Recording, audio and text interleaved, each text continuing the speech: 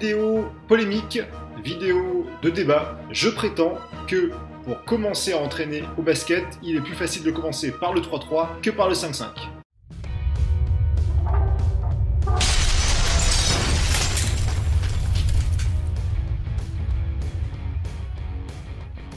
Bonjour à toutes, bonjour à tous, bienvenue sur My 3x3 Experience, la première chaîne YouTube qui ne parle que du basket 3-3. Aujourd'hui, je prétends, j'affirme, et je vais essayer de démontrer, et pourquoi pas vous convaincre, qu'il est plus facile pour un jeune entraîneur, soit par l'âge, soit en tant que débutant, de commencer à entraîner du basket 3-3. Après avoir vu cette vidéo, n'oublie pas de mettre des commentaires dessous pour ouvrir le débat et me dire si vous êtes d'accord, pas d'accord, bien évidemment avec bienveillance. Numéro 1, la première raison, c'est tout simplement le contenu pré-collectif, collectif, que ce soit offensivement, défensivement, qui est beaucoup plus réduit. Sur du 5-5, vous avez des touches, vous avez des systèmes, vous avez des jeux libres, vous avez des écrans porteurs, non porteurs avec une multitude de défenses. En défense, vous avez de la zone paire, de la zone impaire, de la presse, des défenses spécifiques, etc., etc. En plus multiplié par le nombre de joueurs qui sont sur le terrain. Plus vous avez de joueurs sur le terrain, plus les choix sont nombreux. Le 3-3, vous n'avez pas de touche, vous n'avez pas de défense tout terrain puisque c'est que du demi-terrain, ou de l'attaque tout terrain, vous n'avez pas, au niveau des choix défensifs, vous n'avez pas 50 possibilités à part de l'indiv. Donc tout est simplifié. Donc toi, jeune entraîneur qui débute, dans ta planification, ta gestion des contenus, qu'ils soient pré-collectifs, collectifs ou individuels, tu ne vas pas être tenté d'essayer de faire une multitude de choses, tu vas être par la pratique restreint par des possibilités. Alors bien évidemment que sur le 1 contre 1, que ce soit sur la technique individuelle, les démarquages, les arrêts, les départs, les différentes sortes de tirs, le gros du chantier reste le même. Mais par contre, au niveau collectif et pré-collectif, c'est beaucoup plus réduit. Numéro 2, en tant que jeune entraîneur, ce qui est difficile souvent, et encore plus si tu es un jeune entraîneur par l'âge, c'est la gestion du groupe. Comment je gère un groupe. Et quand tu te retrouves à devoir entraîner 14, 15, 16 personnes sur le même créneau d'entraînement, c'est très compliqué. Là, forcément, par la pratique, 3-3, c'est 8 joueurs maximum. Donc, sur un demi-terrain, avoir 8 joueurs à gérer, c'est beaucoup plus simple aussi également par le positionnement de l'entraîneur. Le problème du jeune entraîneur, c'est qu'il ne sait pas se placer sur le terrain pour donner des consignes, qu'il ne sait pas se placer pour pouvoir avoir une vue d'ensemble sur tous les joueurs. Et là, le fait que ce soit du demi-terrain et qu'il y ait 8 joueurs, le placement de l'entraîneur est beaucoup plus simple et beaucoup plus simplifié. Donc, toi qui es jeune entraîneur, tu vas pouvoir te concentrer sur les aspects techniques, tactiques, plutôt que sur l'aspect gestion de groupe, même si bien évidemment il en faut un minimum, mais ce ne sera pas forcément un frein dans ta pratique de nouvel entraîneur. Numéro 3, c'est la liberté de pratique. Je m'explique. Souvent, quand tu es jeune entraîneur, tu es également joueur, tu peux être arbitre, etc., etc. Et le fait de commencer par entraîner sur du 3-3, week-end, t'as pas de choix à faire entre je vais à mon match ou je vais coacher. Non, il n'y a pas de coach. Et si tu veux quand même être avec eux pour les accompagner, eh ben, ça va être sur une période creuse au niveau des matchs 5-5, c'est-à-dire de avril, mai, juin, juillet, août.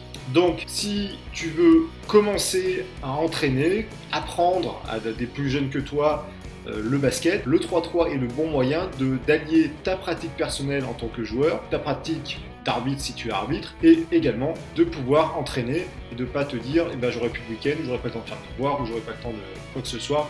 Non, non, non. Tu as un créneau, 2 créneaux à faire dans la semaine de basket 3-3 sur 1 heure, 1 heure et quart, et le reste de temps tu es libre et ça t'empêchera pas en fin d'année d'accompagner tes joueurs pour faire 2-3 tournois un samedi dans ta région. Numéro 4, la plus grande peur, je pense, pour un entraîneur, pour un jeune entraîneur, c'est la gestion de tout l'environnement extérieur. Un entraîneur gère ses joueurs, donc la partie technique, tactique, la gestion du groupe, et souvent le jeune entraîneur se prend de plein fouet la gestion du milieu extérieur. Et souvent il n'est pas formé, il n'est pas prêt à ça. C'est la gestion des parents, la gestion des dirigeants, c'est la gestion des joueurs. Au niveau des parents, souvent ce qui pose problème, c'est la gestion des déplacements, il faut quelqu'un pour la table de marque, il faut quelqu'un pour emmener. à 14-15 ans, on n'est pas prêt à parler avec des adultes pour gérer tout ça. Il n'y a pas d'arbitre à trouver, c'est de l'auto-arbitrage. Il n'y a pas de problème de transport parce que le nombre de matchs de tournois est limité. Et le fait de faire 1 ou 2 tournois durant l'année sur du 3-3,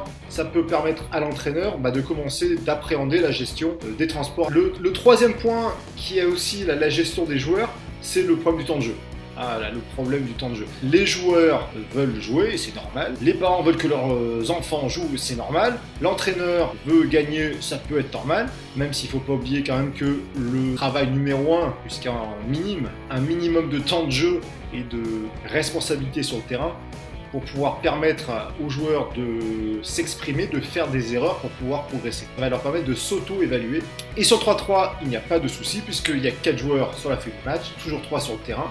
Et forcément, en 10 minutes, tout le monde a du temps de jeu. En tant qu'entraîneur, tu n'as pas cette pression-là de se dire « Ah, il faut que je fasse jouer telle personne parce que je vais avoir les parents sur le dos. » Tu t'enlèves une grosse pression en tant qu'entraîneur. Tout le monde joue et en plus, c'est eux qui décident du temps de jeu. Et enfin, sur les dirigeants souvent peuvent te mettre la pression en termes de résultats. Alors, j'espère que sur les catégories jeunes, ils ne te mettent pas de pression sur les résultats, mais plutôt sur le résultat de la formation, c'est-à-dire sur la capacité de sortir des joueurs, de former correctement des joueurs.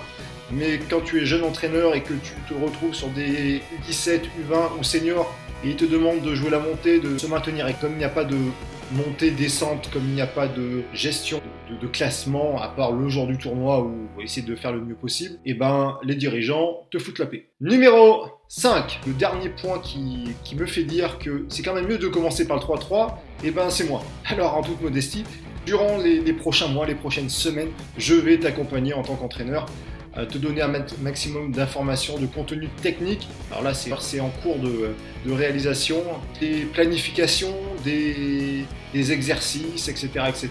Tu sais où te renseigner pour avoir le maximum d'infos sur de la pédagogie, sur des contenus techniques, etc., etc. Donc, le 5e point, c'est pour moi. Alors, bien évidemment, je pense qu'il y en a qui ne sont pas d'accord.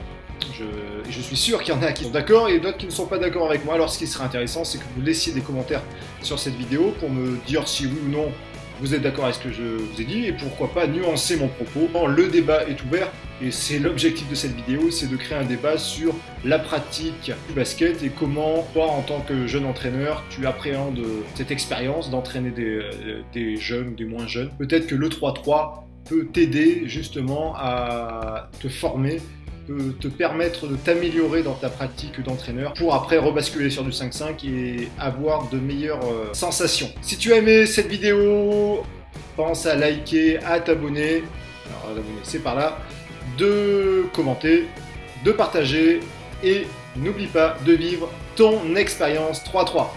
À la prochaine.